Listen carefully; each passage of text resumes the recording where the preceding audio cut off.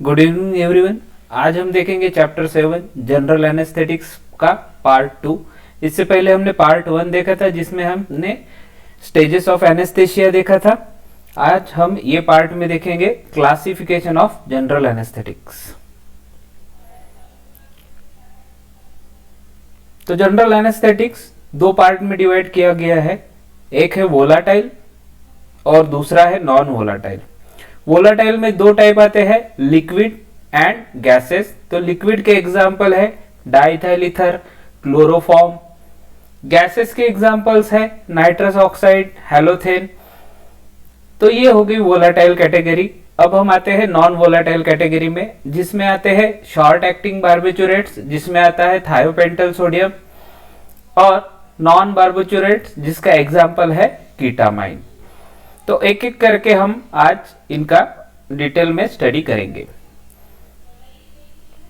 तो फर्स्ट आते हैं हम वोलाटाइल जनरल एनेस्थेटिक। अब ये वोलाटाइल चीज होता क्या है? ये रूम टेम्परेचर पे भी इवापोरेट होते हैं, उसे हम बोलते हैं वोलाटाइल। कोई भी चीज अगर रूम टेम्परेचर पे इवापोरेट होती है उसे हम वोलाटाइल बोलते हैं। तो ये कैटेगरी में फर्स्ट देखेंगे हम लिक्विड, ऐसे लिक्विड जो कि रूम टेम्परेचर पे भी इवापोरेट होते हैं और कंटिन्यूली अगर आप उसे खुला एनवायरनमेंट में छोड़ देंगे तो वो धीरे धीरे इवापोरेट होके गायब हो जाएंगे। तो लिक्विड में सबसे पहला जो मेन एग्जांपल है वो है डाइथाइल ईथर का। तो डाइथाइल ईथर क्या होता है? डाइथाइल ईथर ये लिक्विड फॉर्म है जो कि होता है कलरलेस, वोलाटाइल, हाईली फ्लेमेबल। ये ध्यान में रखिए, ये हाईली फ्लेमेबल है, इसे हैंडल विथ केयर करना पड़ता है। Sensitive to light, thus decomposes into aldehyde and peroxide। तो ये लाइट को सेंसिटिव है, इसलिए इसको अंबर कलर बॉटल में प्रिजर्व करते हैं, और ये अगर लाइट को एक्सपोज हो जाता है तो अल्टीमेटली अल्डिहाइड और पेरोक्साइड प्रोड्यूस करता है। हाईली फ्लेमेबल है, अगर इसको थोड़ा भी आप फ्लेम के पास लेके जाएंगे तो ये आग पकड़ लेगा, या फिर थोड़ा भी ज्यादा गर्मी में रखेंगे तो ये आग पकड़ने का चांसेस है। अब हम देखते हैं कि एनेस्थेशिया इंड्यूस करने के लिए कितना परसेंट लगता है।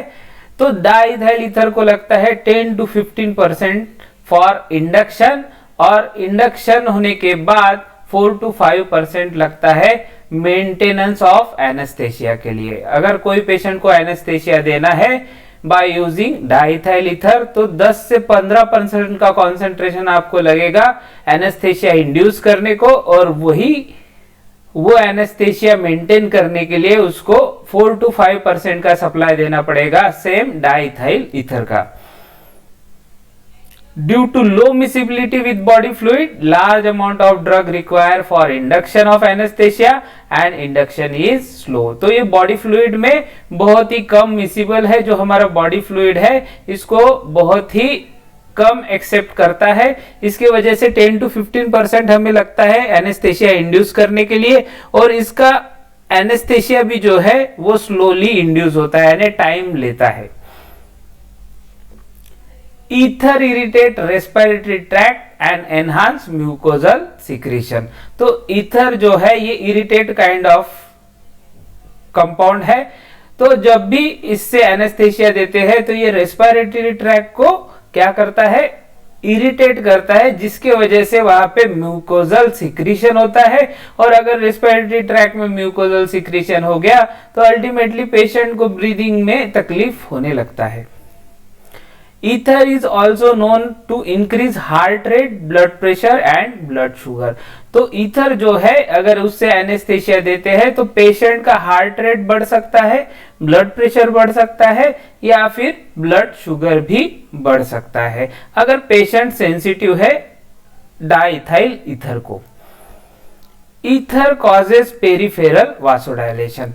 तो पेरिफेरल वासोडाइलेशन भी ईथर करता है। उसके अलावा ईथर डिप्रेसेस मायोकार्डियल कॉन्ट्रैक्टिलिटी। तो हार्ट का जो कॉन्ट्रैक्शन है उसे भी डिप्रेस करने का काम डाइथाइल ईथर कर सकता है। इसके बाद आते हैं हम इसके एडवर्स इफेक्ट्स पे। Ether known to be safe anaesthetic drug nausea and vomiting during recovery from anesthesia। तो वैसा देखा जाए तो डाइथाइल ईथर, जिसे हम ईथर भी बोलते हैं, ये सेफ एनेस्थेटिक ड्रग है, इससे एनेस्थेसिया प्रोड्यूस होता है। और जब पेशेंट रिकवर होता है तो जनरली नोशिया और वोमिटिंग उसे होती है। वोमिटिंग और नोशिया आपको पता ही होगा। तो ये सिम्टम दिखते हैं ड्यूरिंग रिकवरी में। It is irritant and highly explosive in nature. तो जैसा कि मैंने बोला था, म्यूकोजल मेम्ब्रेन को ये इरिटेट करता है, तो अल्टीमेटली सिक्रीशन बढ़ाने का काम करता है। तो ये एक इसका ड्रॉबैक हो गया, जिससे ब्रीदिंग में प्रॉब्लम होता है, एज वेल एज ये हाईली एक्सप्लोजिव इन नेचर है। तो नॉर्मल टेम्परेचर पे तो कोई तकलीफ नहीं है, पर अगर थोड़ा ज्यादा टेम्परेचर इसको मिल गया तो ये अल्टीमेटली एक्सप्लोड होने के चांसेस होते हैं।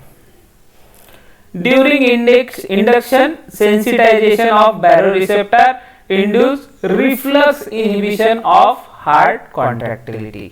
तो ईथर जो है ये बैरोरिसेप्टर को सेंसिटाइज करता है, जिसके रिफ्लेक्स में हार्ट रेट और हार्ट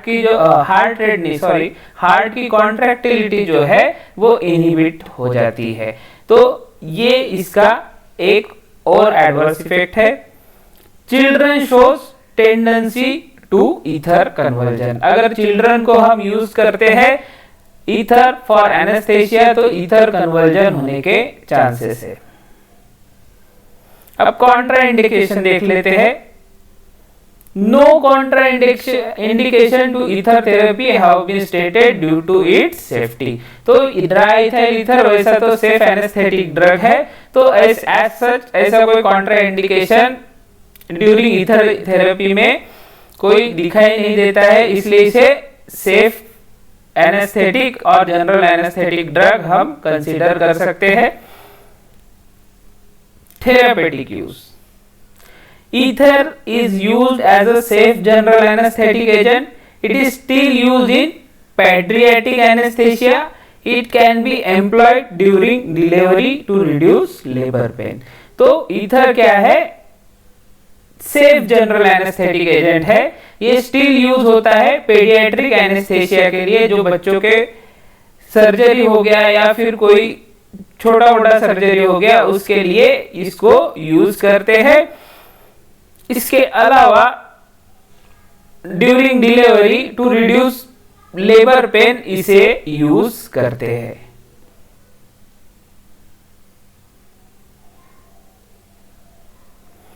अब हम नेक्स्ट ड्रग पे आते हैं, जो कि वोलेटाइल इन नेचर है, लिक्विड इन नेचर है,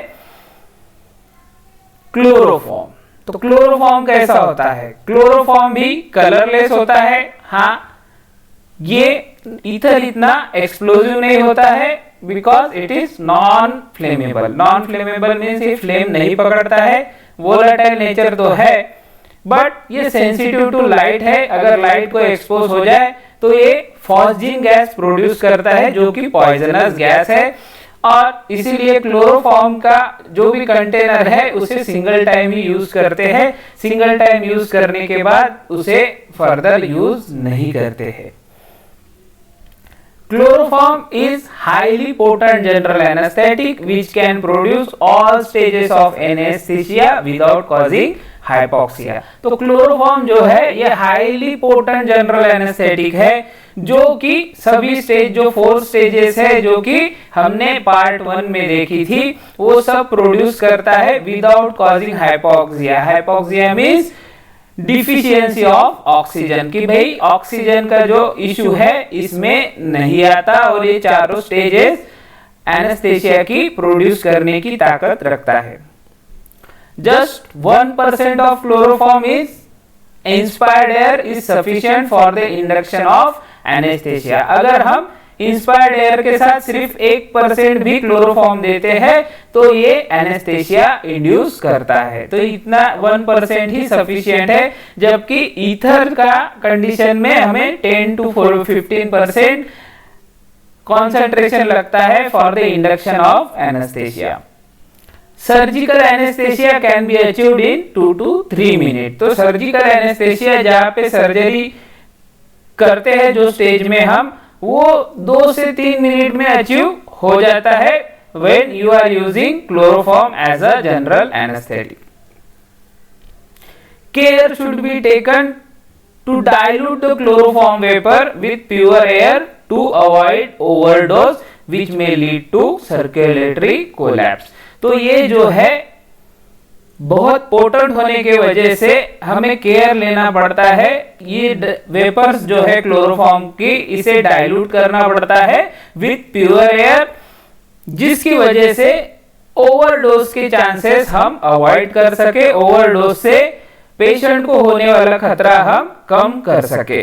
अगर ओवरडोज होता है तो फर्स्ट सिम्टम है सर्कुलेटरी कोलैप्स। तो सर्कुलेटरी कोलैप्स होने की वजह से अल्टीमेटली पेशेंट कोमा में जा सकता है या फिर डेथ होने का भी चांसेस हो सकता है। क्लोरोफॉर्म में प्रोड्यूस हाइपोटेंशन विच मे कॉज कार्डियक अरेस्ट। तो क्लोरोफॉर्म क्या है?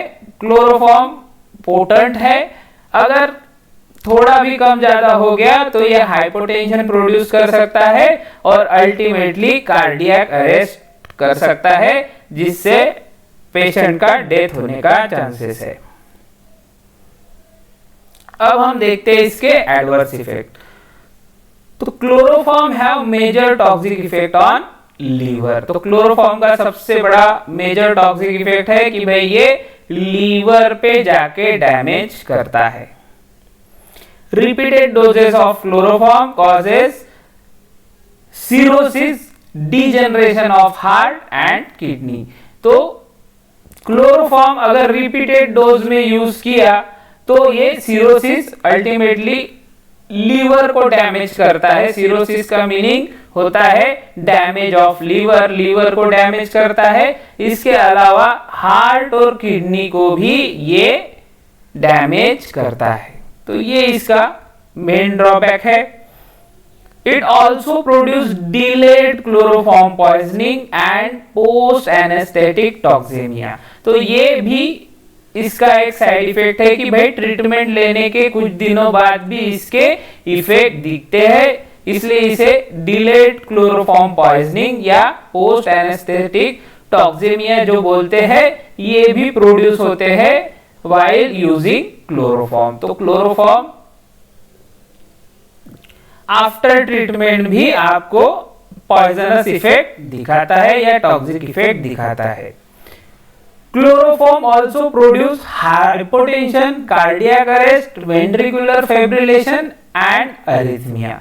तो ये सब जो है सर्कुलेटरी सिस्टम और कार्डियोवास्कुलर सिस्टम के रिलेटेड साइड इफेक्ट्स है और एडवर्स इफेक्ट है क्लोरोफॉर्म के, कि भाई क्लोरोफॉर्म हाइपोटेंशन प्रोड्यूस करता है जिसकी वजह से कार्डियक अरेस्ट भी होता है, वेंट्रिकुलर फिब्रिलेशन भी होता है और कार्डियक अरिथमिया भी होता है। क्लोरोफॉर्म में प्रोड्यूस रेस्पिरेटरी अरेस्ट ऑल्सो। अब ये तो हो गए, अभी तक के हमने यहाँ तक के सुना था कि हार्ट, किडनी और लिवर पे काम इफेक्ट दिखाता है, बट रेस्पिरेटरी ट्रैक्ट पे भी ये इफेक्ट करता है। अल्टीमेटली रेस्पिरेटरी अरेस्ट करता है, जिससे रेस्पिरेशन बंद हो जाता है और पेशेंट का डेथ भी हो सकता है या फिर वो कोमा में भी जा सकता है। There is possibility of paralytic ileus due to diminish intestinal motility by the drug. तो क्लोरोफॉर्म क्या करता है? इंटेस्टिनल मोटिलिटी को भी बंद या कम करने का ताकत रखता है, जिसके वजह से पैरालाइटिक इलियस, जो इलियम मसल्स जो होता है आपका जीआई ट्रैक्ट में, स्पेशली इंटेस्टिनल मसल्स, वहां पे पैरालिसिस होने का चांसेस होता है, जिसकी वजह से इंटेस्टिनल मोटिलिटी जो है वो बंद हो जाती है और अल्टीमेटली फूड जो है या फिर जो भी आप मील कंज्यूम कर रहे हैं वो आगे नहीं बढ़ पाता, वो वही का वही रहता है और अल्टीमेटली आपको फर्दर उसके साइड इफेक्ट्स दिखने लगते हैं। अब देखते हैं इसके थेरापेटिक यूज।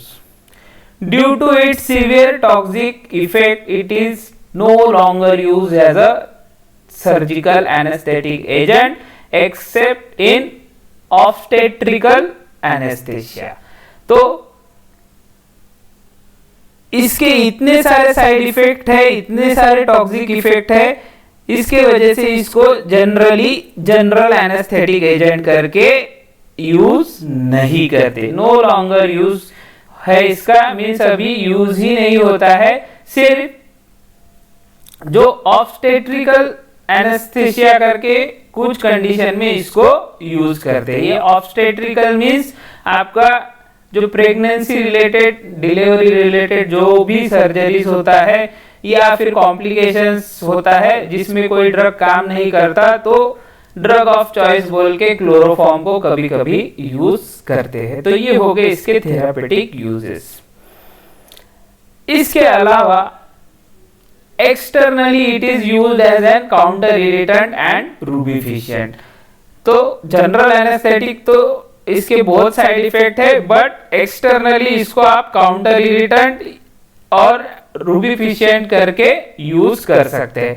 अब ये काउंटर इरिटेंट एंड रूबिफिशिएंट क्या होता है? ये मोस्टली आपके पेन किलर ड्रग कंटेनिंग जो फॉर्मुलेशन है उसमें यूज होता है कि भाई जहां पे भी आपको पेन हो रहा है वहां पे आप इसे ड्रग को लगाइए या फिर क्लोरोफॉर्म को लगाइए, तो ये वहां पे वो स्किन को इरिटेट करेगा या फिर रेडनेस लाएगा वो स्किन में, जो कि बताता है कि वहां का ब्लड सप्लाई बढ़ गया है। और जहां पे ब्लड सप्लाई बढ़ता है तो अल्टीमेटली एब्जॉर्प्शन रेट भी बढ़ता है। तो जो एक्टिव इंग्रेडिएंट आपने क्लोरोफॉर्म के साथ दिया होगा इन अ फॉर्मुलेशन, तो उसका एब्जॉर्प्शन बढ़ता है और वहां पे टॉपिकली आपका पेन कम होता है। तो ये काम करता है as a counter irritant and रूबिफिशिएंट।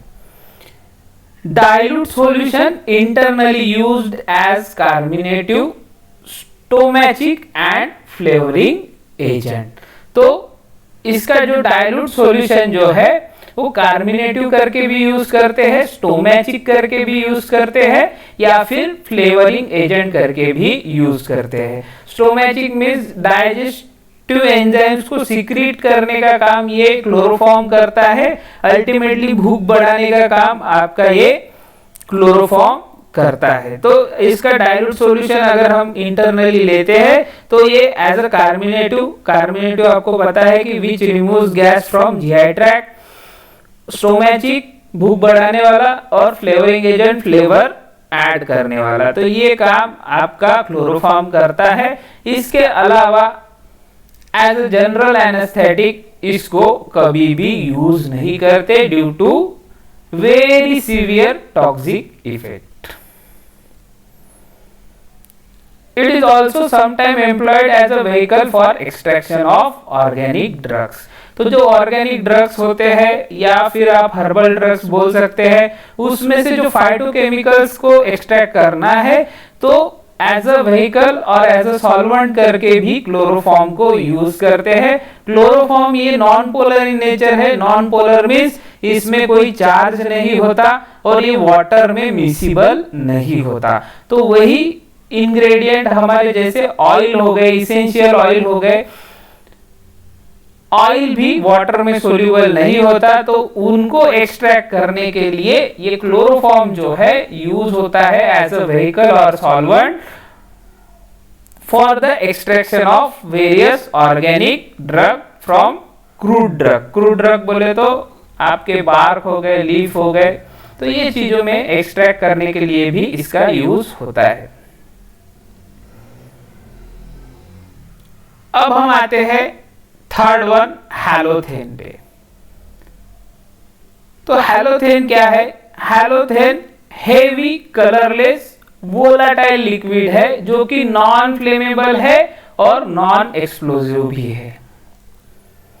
Halothane is extremely potent general anesthetic which requires specially designed apparatus for the adequate control over concentration of the drug। तो halothane क्या है? ये भी बहुत पोटेंट ड्रग है, क्लोरोफॉर्म से भी ज्यादा पोटेंट ड्रग है। इसलिए इसको स्पेशली डिजाइन एपरेटस लगता है जो कि इसका कंट्रोल करता है कॉन्सेंट्रेशन, जिसकी वजह से पेशेंट को ओवरडोज का खतरा ना हो सके। Just 2 to 4% of halothane in inspired air is sufficient for the induction of anesthesia, which can be further maintained by a concentration of 0.5 to 1.5%। तो 2 to 4% of halothane inspired air के साथ अगर देते हैं तो एनेस्थेशिया इंड्यूस कर देता है वो पेशेंट में, और मेंटेन करने के लिए सिर्फ 0.5 to 1.5% कॉन्सेंट्रेशन लगता है आपको हैलोथेन का। इंडक्शन में भी associated with delirium if barbiturate therapy is not given as a pre-anesthetic medication। तो एनेस्थेशिया देने के पहले अगर बार्बिचुरेट थेरेपी नहीं दी तो हैलोथेन डिलेरियम स्टेज प्रोड्यूस करता है। अब ये डिलेरियम स्टेज अगर आपको डिटेल में जानना है तो इसका पार्ट 1 देखिए।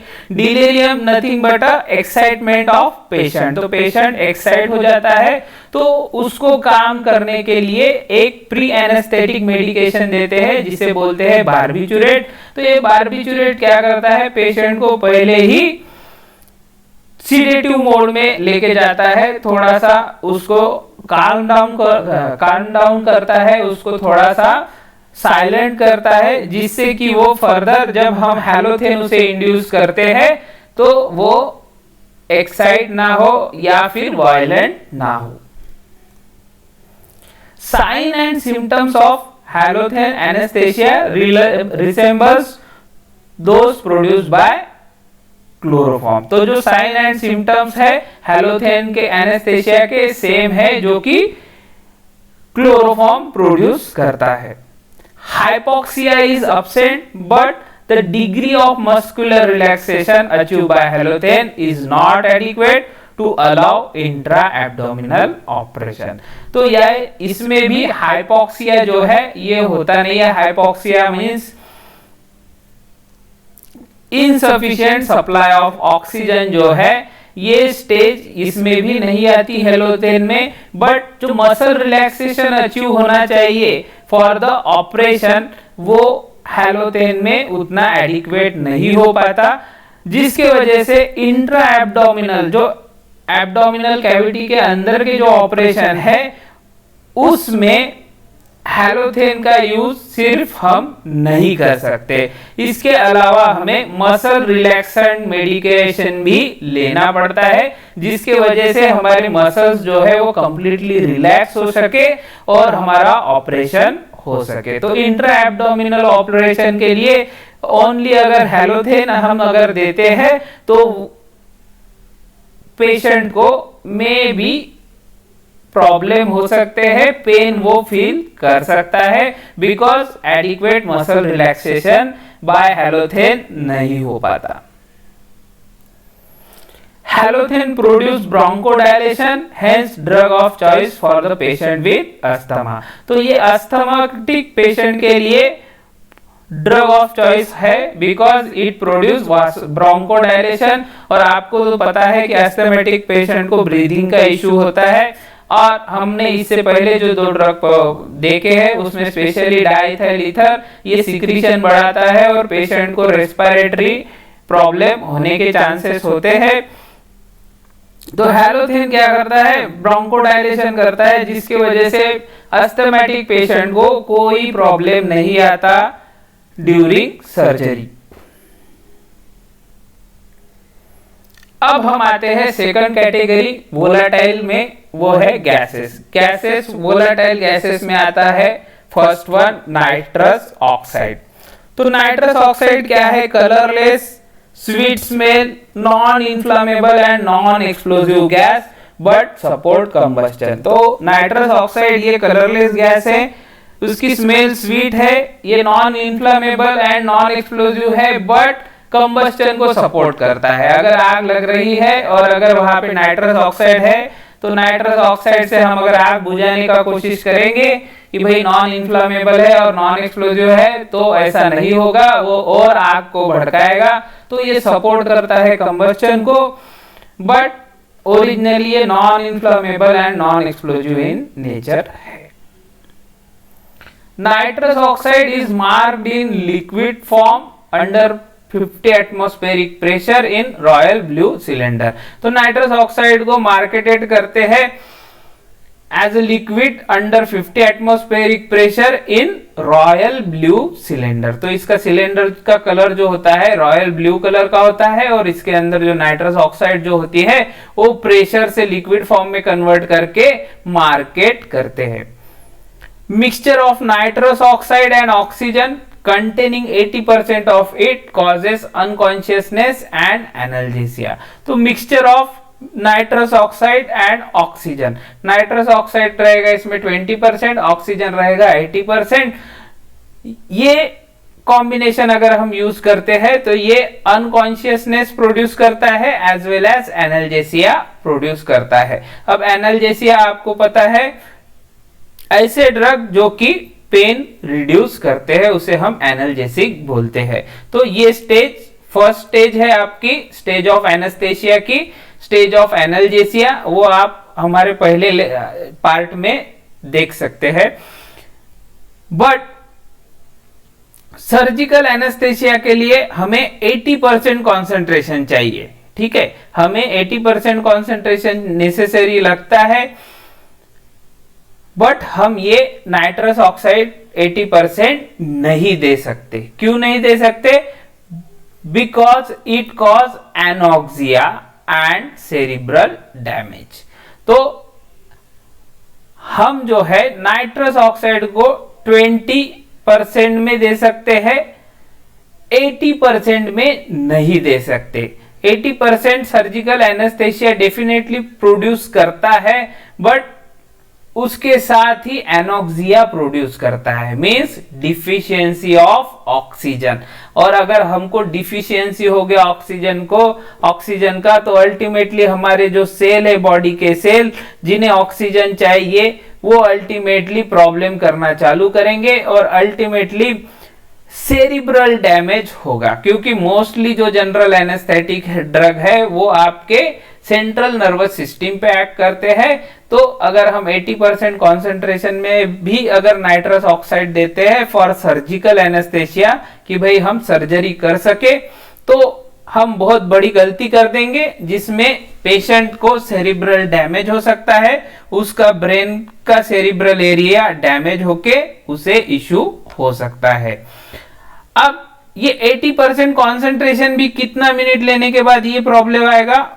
अगर आप 80% concentration of nitrous oxide 2 to 3 minute लेते हैं तभी ये इश्यू आएगा। बट जनरली जो एनेस्थेसिया देने वाले डॉक्टर होते हैं उन्हें ये सब चीजें पता होती है, इसलिए वो जनरली 80% कॉन्सेंट्रेशन यूज नहीं करते, वो ओनली 20% कॉन्सेंट्रेशन वाला नाइट्रस ऑक्साइड यूज करते हैं। Excitement produced by nitrous oxide may be violent, hence pre-anesthetic medication and skeletal muscle relaxant require। तो ये भी डिलेरियम स्टेज प्रोड्यूस करता है, अल्टीमेटली एक्साइटमेंट प्रोड्यूस करता है, इसलिए पेशेंट को प्री एनेस्थेटिक मेडिकेशन देना जरूरी है। इसके अलावा स्केलेटल मसल रिलैक्सेंट देना भी जरूरी है।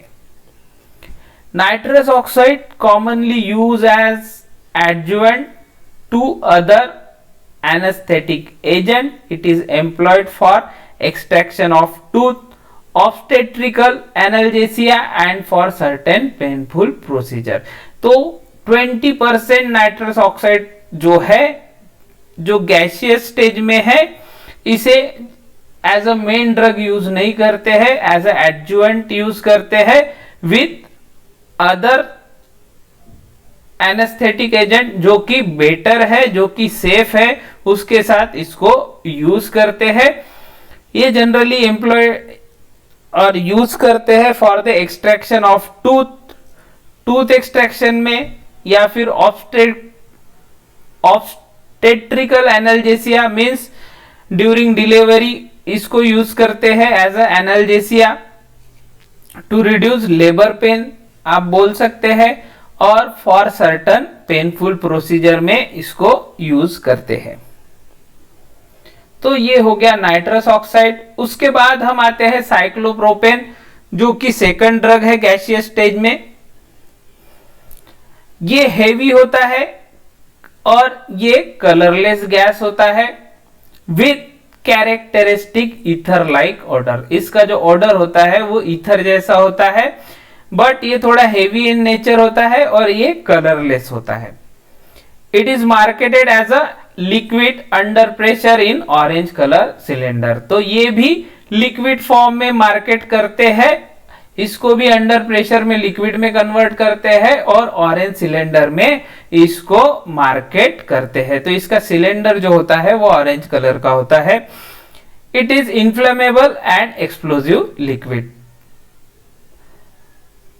ये जो है साइक्लोप्रोपेन जो है ये इन्फ्लेमेबल है और एक्सप्लोजिव इन नेचर है इन गैसियस स्टेज और as in liquid stage. Cyclopropane is potent anaesthetic agent. तो साइक्लोप्रोपेन जो है ये पोटेंट एनेस्थेटिक ड्रग है। Induction of anaesthesia is rapid which enables a smooth and uncomplicated anaesthesia recovery is rapid. तो induction जो है anaesthesia का रैपिड है बिकॉज ये पोटेंट इन नेचर है और इससे रिकवरी भी जो होती है वो भी रैपिड है। मींस इंड्यूस भी जल्दी करता है और रिकवरी भी ये जल्दी करता है। इसके अलावा ये स्मूथ और अनकॉम्प्लिकेटेड एनेस्थेसिया प्रोड्यूस करता है। मींस स्टेज ऑफ डिलेरियम हो गया, ये चीज इसमें नहीं होता। But cardiac arrhythmia occurs during cyclopropane anaesthesia. तो ये कार्डियक अरेथमिया प्रोड्यूस करता है अगर हम इसको एनेस्थेटिक ड्रग करके यूज करते हैं। Delirium, post anaesthetic, hypotension and headaches are other adverse effect. तो डिलेरियम स्टेज मैंने जैसा कि बोला कि भाई नहीं प्रोड्यूस करता, बट ये प्रोड्यूस करता है but very short period of time.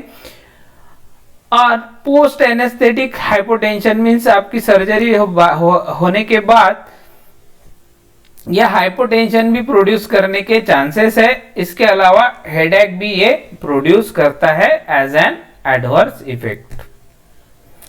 Cyclopropane is drug of choice in case of thoracic and abdominal operation. तो हमारा जो थोरेसिक केज है, थोरेसिक केज के अंदर जो लंग्स है as well as abdominal cavity जो है, इसमें जितने भी ऑर्गन्स है उनके रिलेटेड ऑपरेशंस में साइक्लोप्रोपेन जो है ये ड्रग ऑफ चॉइस है एज अ जनरल एनेस्थेसिया। अब हम आते हैं नॉन वोलेटाइल जनरल एनेस्थेटिक, जो कि रूम टेम्परेचर पे इवोपरेट नहीं होते, उसे हम बोलते हैं नॉन वोलेटाइल जनरल एनेस्थेटिक। तो इसका वेल नोन एग्जांपल है thiopental sodium. Thiopental sodium is a sodium salt of pentobarbitone. तो पेंटोबार्बिटोन का सोडियम सॉल्ट है जिसे हम थायोपेंटल सोडियम बोलते हैं। It is given intravenously usually to induce anaesthesia which is then maintained by other agents such as nitrous oxide or pethidine together with the use of muscles relaxant। तो ये thiopental sodium ये भी potent drug में आता है। इसको intravenously देते हैं to induce anaesthesia. Anaesthesia induce करने के लिए इसको इंट्रावेनसली देते हैं। ये ultra short acting general anaesthetic है।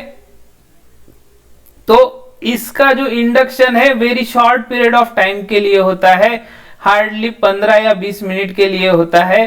तो ये एनेस्थेसिया इंड्यूस करता है, बट वो एनेस्थेसिया को मेंटेन करने के लिए हम अदर एजेंट यूज करते हैं, जैसा कि बोला है नाइट्रस ऑक्साइड और पिथिडीन, इसका यूज करते हैं टुगेदर। इसके अलावा मसल रिलैक्सेशन को भी हम इंड्यूस करते हैं। The drug may be use in very short operations such as manipulation or the setting of fracture, but this can be dangerous owing to the possibility of respiratory arrest। तो thiopental sodium के advantages भी है कि भाई ये ultra short acting general anaesthetic है, but ये most dangerous बात भी है कि भाई ये रेस्पिरेटरी अरेस्ट करता है। तो इसके ये ड्रॉबैक की वजह से इसको थोड़ा सावधानी से यूज करते हैं। मेनली शॉर्ट ऑपरेशन, जैसे कि आपका जॉइंट हो गया, जॉइंट बोन का लोकेशन डिलोकेशन हो गया या फिर फ्रैक्चर हो गया, ऐसे चीज में इसका सेटिंग करने के लिए, या बोन डिसलोकेट हो गया, ऐसे चीजों में थायोपेंटल सोडियम को यूज कर सकते हैं। मे बी यूज कर सकते हैं, करते नहीं है, बट अगर यूज कर लिया तो चांसेस है कि भाई ये रेस्पिरेटरी अरेस्ट कर देगा। 2.5 to 5% solution generally used intravenously. It is rapidly distributed and act quickly on brain. तो 2.5 to 5% solution intravenously देते हैं, ये रैपिडली डिस्ट्रीब्यूट होता है और क्विकली ब्रेन पे एक्ट होता है, जिसके वजह से इसका इंडक्शन जो है वो बहुत फास्ट होता है। The effect of initial dose of 0.25 gram last for about 15 minutes.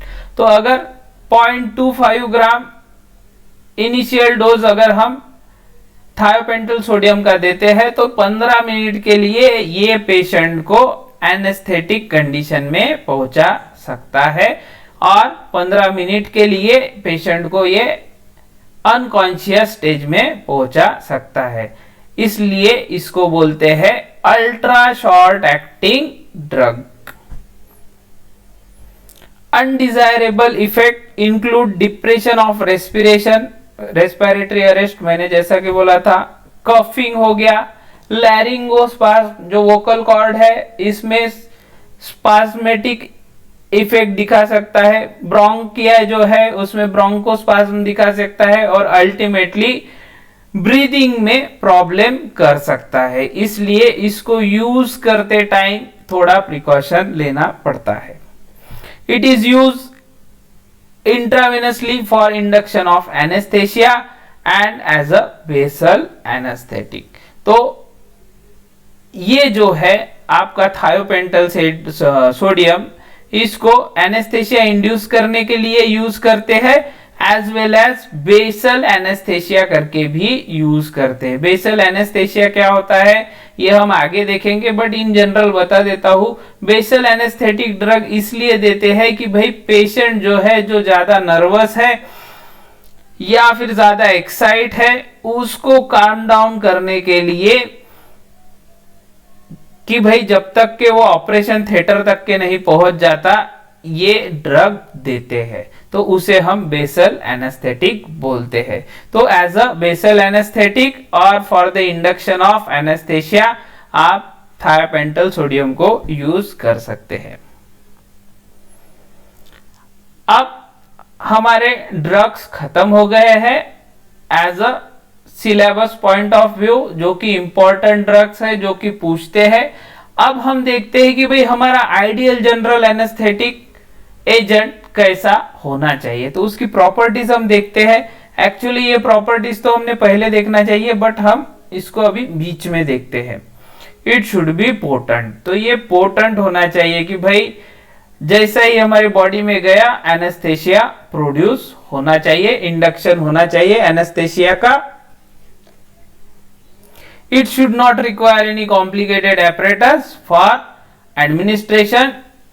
That is easy to administer. इसके लिए कोई complicated apparatus नहीं लगना चाहिए जैसा हेलोथेन में लगने वाला लगता है।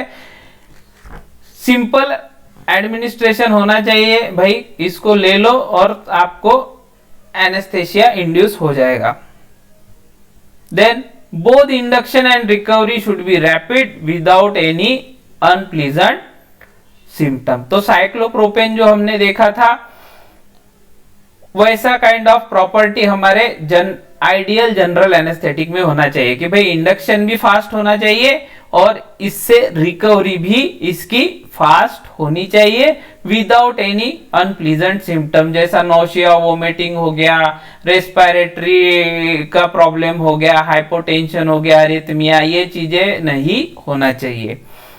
It should be non inflammable and non explosive. ये हमारा जो ड्रग है आइडियल जनरल एनेस्थेटिक, ये नॉन इन्फ्लामेबल होना चाहिए और नॉन एक्सप्लोजिव होना चाहिए। भाई हम कैसा भी हैंडल करें, हम उसमें कोई प्रॉब्लम नहीं आना चाहिए, चाहे उसको धूप में रखे, चाहे उसको हम जला दे तो भी वो जल ना पाए।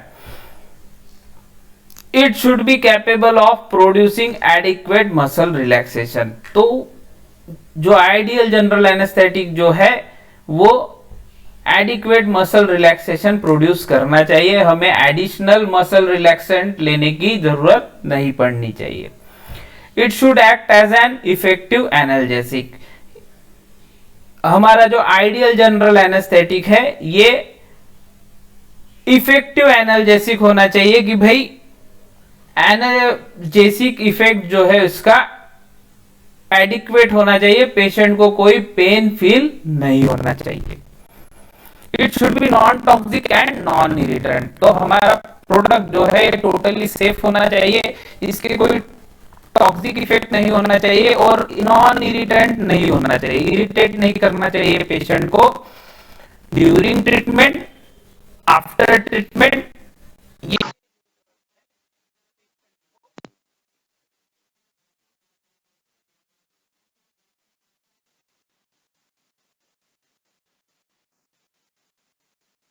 एबिलिटी तो मेन है कि भाई ये जो ड्रग है आइडियल वो चीप होना चाहिए, कॉस्ट इफेक्टिव होना चाहिए और इसका स्टेबिलिटी में कोई इशू नहीं होना चाहिए। चाहे आप गर्मी में जाए, चाहे आप उसको बहुत गर्म कंडीशन में रखे, चाहे आप उसे बहुत ठंडी कंडीशन में रखे, बट उसके प्रॉपर्टीज पे, उसके मॉलिक्यूल पे कोई इफेक्ट नहीं पड़ना चाहिए। तो ये हमारे आइडियल जनरल एनेस्थेटिक के प्रॉपर्टीज है। बट आइडियल चीज कुछ भी नहीं होता, जैसा कि मैं बहुत बार बोलता हूँ। तो हमें जो आइडियल जनरल एनेस्थेटिक इफेक्ट जो प्रोड्यूस करना पड़ता है ये एक से नहीं हो पाता, इसके लिए हमें 2 से 3 चीजें मिक्स करनी पड़ती है, जिसके वजह से पेशेंट को आइडियल जनरल एनेस्थेटिक इफेक्ट मिल पाए। तो ये बात हो गई आइडियल जनरल एनेस्थेटिक्स की और आइडियल जनरल एनेस्थेटिक ड्रग्स की। अब हम आते हैं प्री एनेस्थेटिक मेडिकेशन कि भाई प्री एनेस्थेटिक मेडिकेशन जो है ये क्यों देते हैं। ठीक है, बहुत बार हमने यूज किया है प्री एनेस्थेटिक मेडिकेशन करके। तो pre anaesthetic medication refers to the use of drug prior to the administration of anesthetic agent to prepare the patient for safer and better use of an anesthetic agent।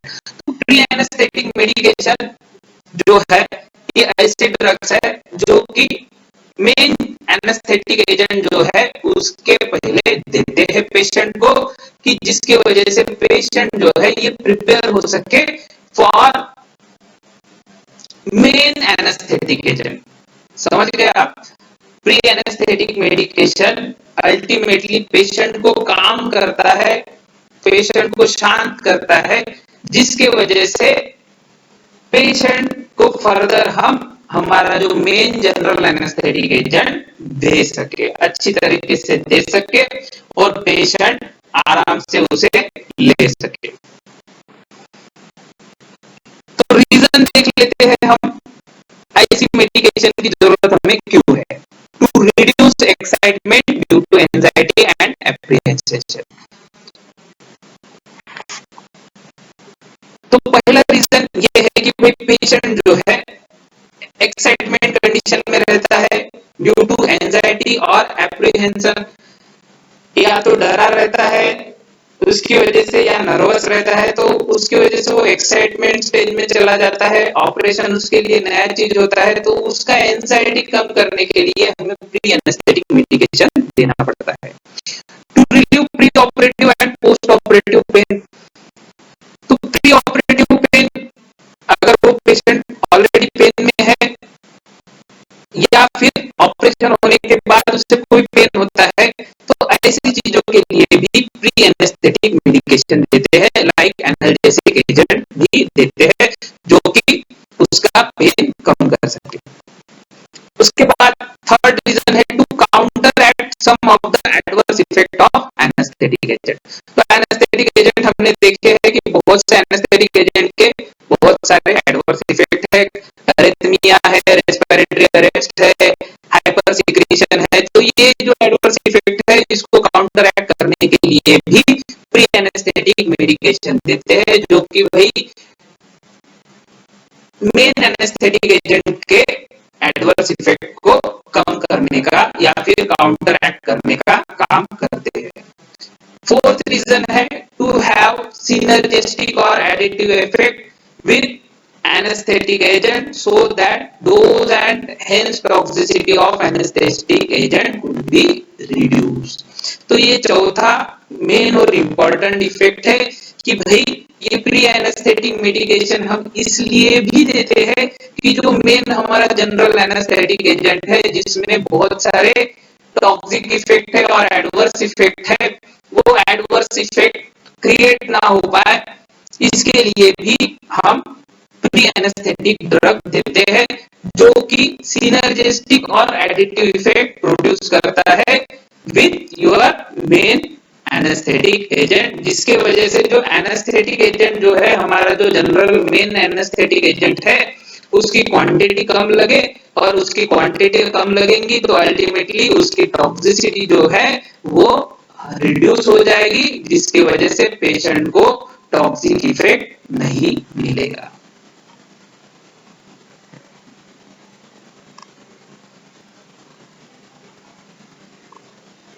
अब हम देखते हैं कि कौन कौन से drug as a pre anaesthetic medication देते हैं। तो फर्स्ट आता है मॉर्फिन और पिथिडिन। ये नार्कोटिक एनाल्जेसिक है which help to reduce apprehension. Apprehension is a kind of anxiety. Patient अगर एंजाइटी कंडीशन में है और एक्साइटमेंट कंडीशन में है तो उसका जो एंजाइटी और एक्साइटमेंट रिड्यूस करने के लिए मॉर्फिन और पिथिडिन देते हैं, जो कि डिप्रेस करते हैं आपके सेंट्रल नर्वस सिस्टम को और एनाल्जेसिया भी प्रोड्यूस करते हैं। दूसरा ड्रग है एट्रोपिन और हायोसिन। ये क्या है? एंटीकोलिनर्जिक एजेंट है जो कि रिड्यूस करते हैं बॉडी सिक्रेशन। तो हमारा डाइथाइल ईथर में बॉडी सिक्रेशन होता है जो कि म्यूकस सिक्रेशन, आपका रेस्पिरेटरी ट्रैक्ट में म्यूकस सिक्रेशन प्रोड्यूस करता है आपका डाइथाइल ईथर। ऐसे कंडीशन में एट्रोपिन को यूज कर सकते हैं, हायोसिन को यूज कर सकते हैं, जो कि specially salivary and respiratory tract secretion को रिड्यूस करने का काम करते हैं। थर्ड आते हैं डायजापाम और क्लोरप्रोमाजिन। ये ट्रैंक्विलाइजर है जो कि पेशेंट की एंजाइटी को कम करने का काम करता है। तो ये प्री एनेस्थेटिक मेडिकेशंस है। इसके अलावा भी बहुत सारे मेडिकेशंस है, बट ये मेन मेडिकेशंस है जो कि पेशेंट को as a pre anaesthetic medication करके देते हैं, जिससे कि पेशेंट थोड़ा काम डाउन हो जाए और ऑपरेशन के लिए प्रिपेयर हो सके। उसके बाद है प्रोमिथाजिन। ये एंटी हिस्टामिनिक ड्रग है और इसकी एंटी एमिटिक एक्शन है। तो कोई पेशेंट को वोमिटिंग होने के चांसेस होते हैं तो प्रोमिथाजिन करके भी as a pre medication anaesthetic medication हम दे सकते हैं। इसके बाद आते हैं हम बेसल एनेस्थेटिक्स पे। तो जैसा कि मैंने बोला था कि बहुत ही ज्यादा नर्वस पेशेंट है और हाइपरथायराइड पेशेंट है तो उसको जनरली ये बेसल एनेस्थेसिया देते हैं, जो कि पार्ट है प्री एनेस्थेटिक मेडिकेशन का। Before giving general anaesthetic, basal anaesthetic देते हैं, जिससे कि पेशेंट जो है ऑपरेशन थिएटर तक जाने तक काम डाउन हो जाए और प्रिपेयर हो सके फॉर द ऑपरेशन और फॉर द सर्जिकल प्रोसीजर। तो इसमें आता है आपका थायोपेंटल सोडियम। इसका 2% सॉल्यूशन जनरली देते हैं intravenously until patient become unconscious। तो पेशेंट जब तक बेहोश नहीं हो जाता तब तक 2% सॉल्यूशन इसको इंट्रावेनसली एडमिनिस्टर करते हैं थायोपेंटल सोडियम का। ये हमने पहले भी हमारे थायोपेंटल सोडियम को हमने इंडिविजुअली देखा था, उसमें हमने बोला है कि एज अ बेसल एनेस्थेटिक देते हैं। उसके बाद आते हैं ट्राइब्रोमो इथेनॉल। ये क्या है? It is administer as retentional enema. Retentional enema करके इसको देते हैं बाय रेक्टल रूट। बट ये इसमें ब्रोमो जो है, जो हैलोजन है, ये हैलोजन की वजह से हिपैटोटॉक्सिक इफेक्ट होने की वजह से इसको यूज नहीं करते। उसके बाद आते हैं पैराल्डिहाइड। पैराल्डिहाइड को भी रिटेंशनल एनेमा करके देते हैं, बट ये भी उतना पेशेंट फ्रेंडली नहीं होता है, पेशेंट कंफर्टेबल नहीं होता है। अब बेसल एनेस्थेटिक्स जो है जनरली ये प्रोसीजर ही यूज नहीं होती, बिकॉज मार्केट में अभी एडवांस मॉलिक्यूल आ गए हैं, एडवांस ट्रैंक्विलाइजर आ गए हैं, एडवांस एनेस्थेटिक एजेंट आ गए हैं, जिसकी वजह से better muscle relaxation, better unconsciousness, better means जो 4 स्टेजेस है वो आराम से अचीव हो जाती है with adequate muscle relaxation properties. तो इसके वजह से pre anaesthetic medication rarely use होता है, as well as basal anaesthetic जो यूज होते थे वो भी अभी नाउअडे उसका यूज नहीं होता। तो ये हो गया हमारा जनरल एनेस्थेटिक चैप्टर नंबर 7। यहाँ पे ये चैप्टर हो गया है खत्म। तो आपको अगर वीडियो पसंद आया हो तो प्लीज लाइक करिए, शेयर करिए और सब्सक्राइब करिए मेरे चैनल को, और बेल आइकॉन को दबाना मत भूलिए, जिससे कि आपको मेरा नेक्स्ट वीडियो का नोटिफिकेशन मिल सके। And thanks for watching. Good night.